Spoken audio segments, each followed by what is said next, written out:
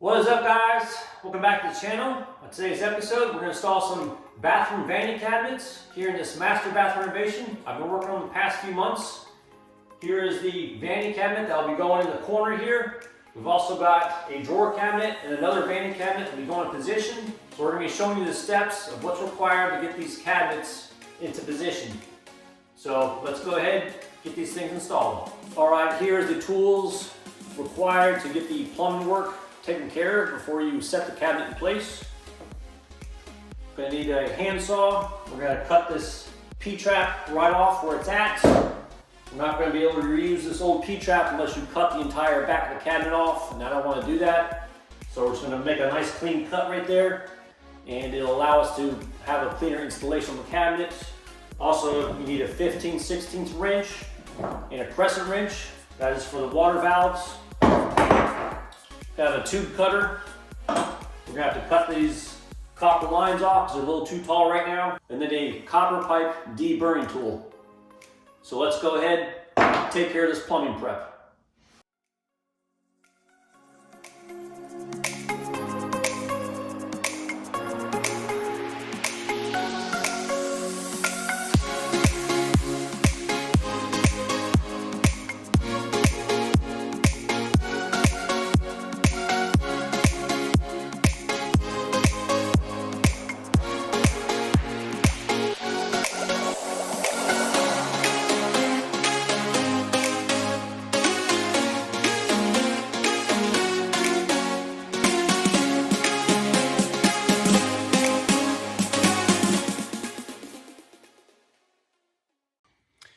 All right, the plumbing lines have been prepared.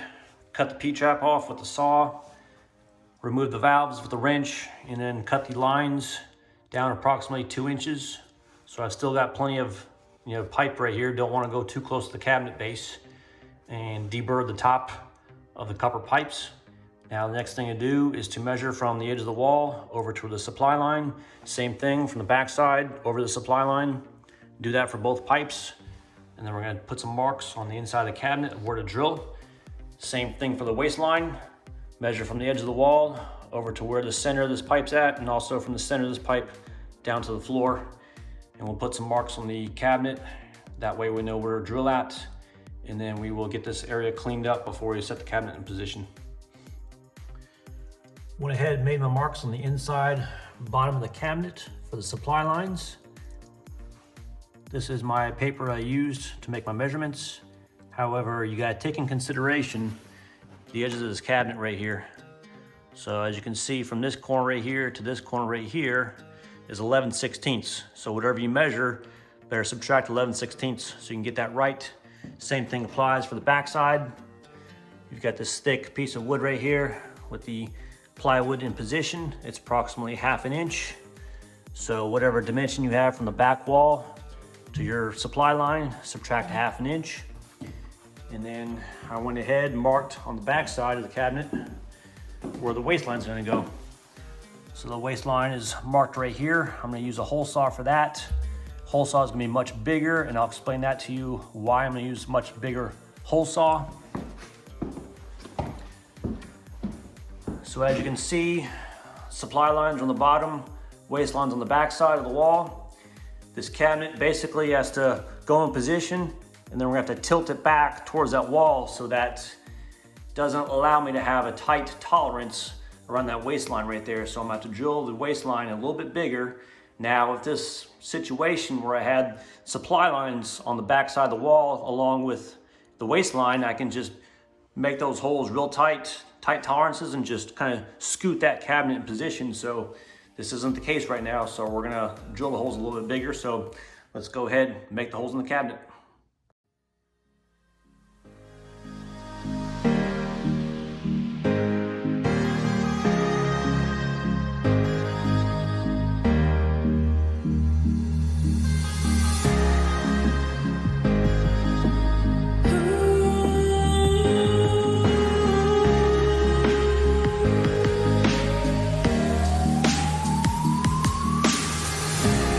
Don't play with my heart.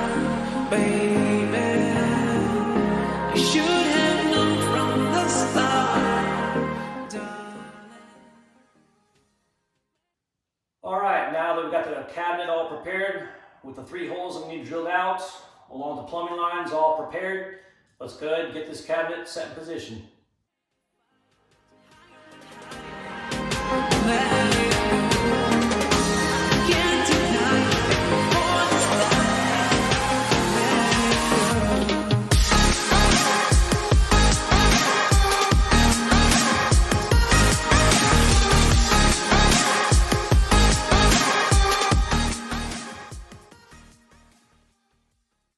Alright guys, that was pretty tough. Took me multiple attempts.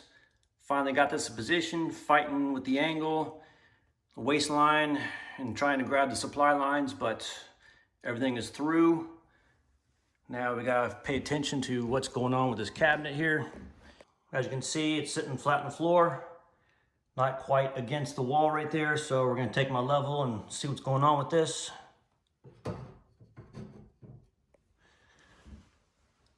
As you can see, it's not quite level. We might put some shims on the underside before this is actually bolted to the wall. So if I were to raise this up a little bit,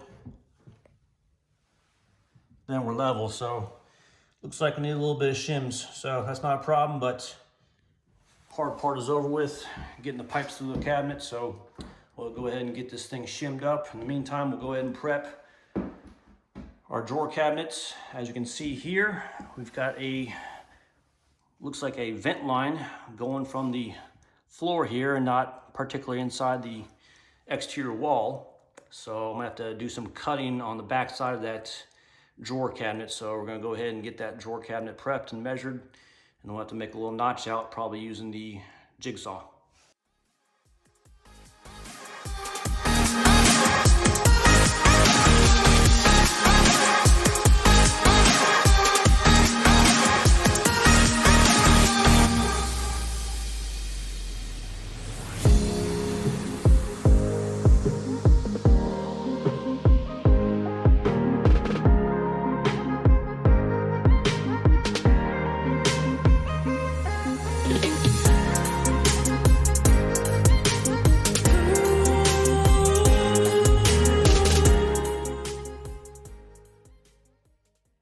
Center cabinet is now in position with the pipe cutout done from the backside. Everything is fitting snug.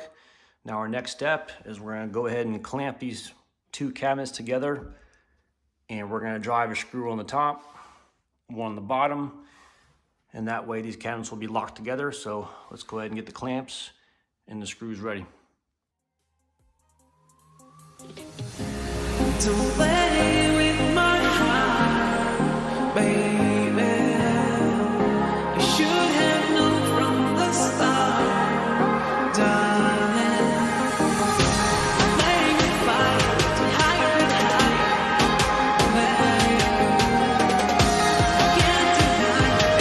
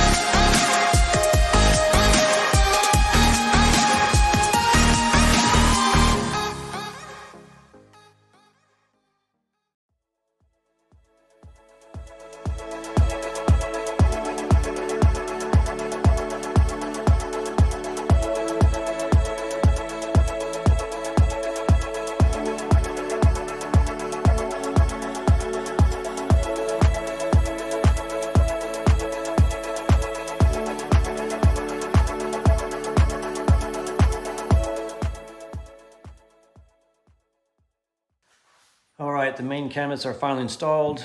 This is a lot tougher than I thought. Getting those pipes in position by tilting this and then putting screwdrivers into the supply lines while I push down cabinet, it was tough. You know, I thought I was gonna break the pipes. I don't know what happened on some of the measurements, but I had to carefully take a drill right here around this pipe, because this pipe was really pushed up against this hole and I didn't want to put too much pressure on that pipe long term, so kind of alleviated the stress that that pipe was undergoing. So carefully took a drill and the pipe moved a little bit as I took the material out a little bit. Got all the cabinets bolted together, and I've got the escutcheon plates sitting right there because I've in the past forgotten to put those escutcheon plates on when I put the valves on. And so once you put the valves on, then your compression fitting gets ruined because those are one-time use only. So what I can do right now is I'm gonna go ahead, put the plumbing valves on because it's getting late. And what I need to do tomorrow is I need to cut a 1/8 inch thick shim to go in the front, because you can see with this level, it's not quite level. So if I raise this level approximately about 1/8 of an inch, 3/16, I'll get it dead perfect level. So I'm gonna go ahead and rip a strip from a 2x4 about 1/8 or 3/16, shove it on the front end. And then as you can see, there's some space between the wall and the cabinet. And then once I have that shim in place on the front, I'll measure from the wall to this back cabinet how much space I've got, cut some scrap lumber, shove them in position wherever the studs are at, and then that's where I'll attach the cabinets to the wall. So there'll be, you know, one screw there, and I think I see previous screws right there. So I think there's gonna be about 3, maybe 4 screws on this back side of this cabinet assembly. So it'll be held in place pretty well. But this is a lot of work. You just gotta take your time and make sure everything is flush, straight, measured twice, etc., etc. It's coming along, so we're almost there.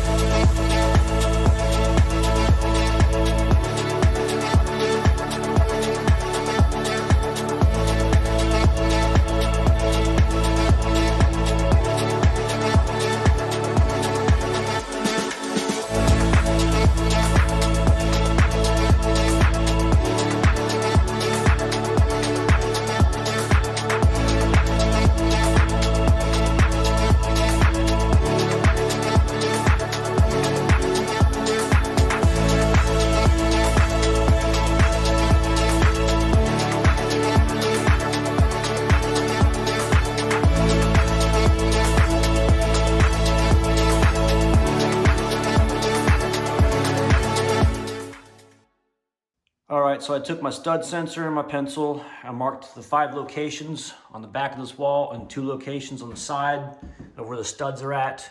So on the back side, especially where I've got a gap between the cabinet and the wall, I'll go ahead on the miter saw, measure those spots, cut a piece of lumber, slide in there, and then we'll be able to drive screws securing this cabinet to the back side of the wall and on the side of the wall. So let's go ahead on the miter saw and get those pieces cut and get this cabinet screwed in position.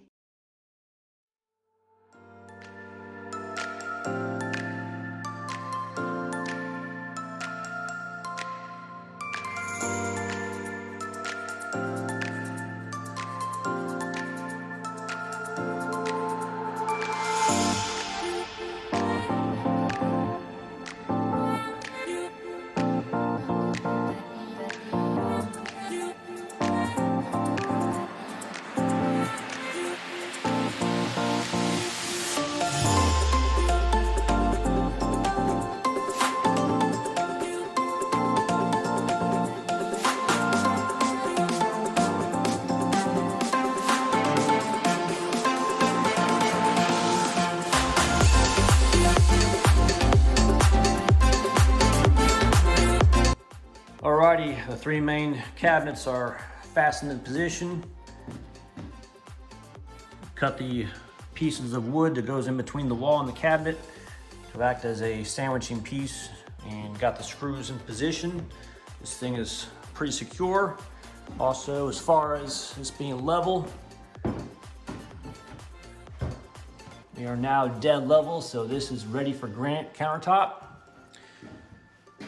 Had to put a 3/16 inch thick shimming strip on the bottom here. This is extended out, and we're going to go ahead and install the last part of this cabinet for this wall right here. Let me show you what's going on. So this is a bench cabinet. Figured this is gonna be a nice little layout in the bathroom. So as you can see here in the layout, I did not have enough room with the window in the way for another cabinet in place. So we're gonna go ahead and put a bench type of cabinet, which is a little bit lower, and it'll have matching granite, which is what the main cabinets will have as well. And over here in the corner, that's where the toilet's gonna be. So the cabinet's gonna stop where that little tape line's at. So let's go ahead and get this last cabinet installed. All right, guys, another complication. This bench is much deeper compared to these other cabinets. So after deciding what to do with this, I don't believe they make a bench with this depth, because this bench is basically designed for mudrooms. So anyways, what I'm gonna do is I'm gonna take this measurement right here. Looks like we're at 3 1/8 is what I need to cut off. So I'm gonna take the measuring tape and measure 3 1/8 from the corner. And I'm just gonna cut 3 1/8 off the back side of this cabinet and put a new piece of plywood and glue it and nail it in position, and we should be good to go. So I just need to be real careful, especially on this side, which is gonna be visible. That's gonna butt up to the wall right there. And that's what's going on. So I gotta modify this cabinet. It's not the end of the world, but it is what it is. Welcome to construction.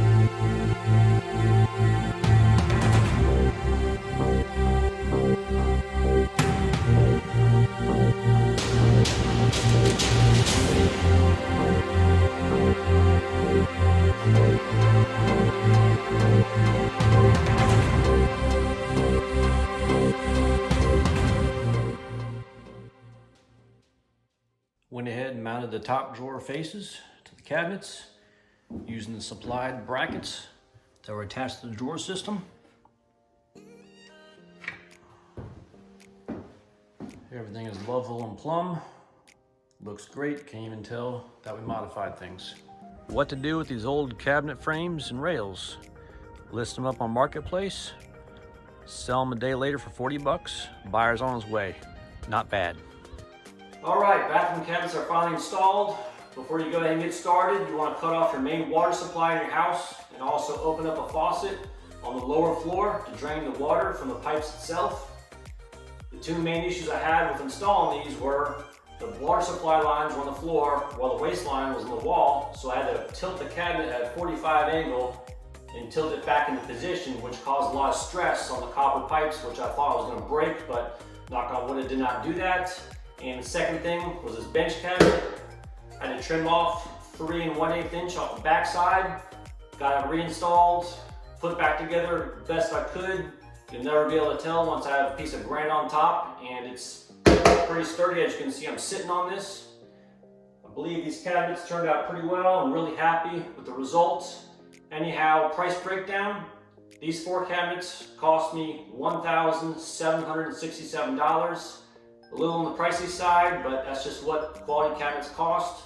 You can probably get some more inexpensive ones at the big box store, just whatever you prefer. Anyhow, if you like this video, please give me a thumbs up. Don't forget to subscribe. Have a great day.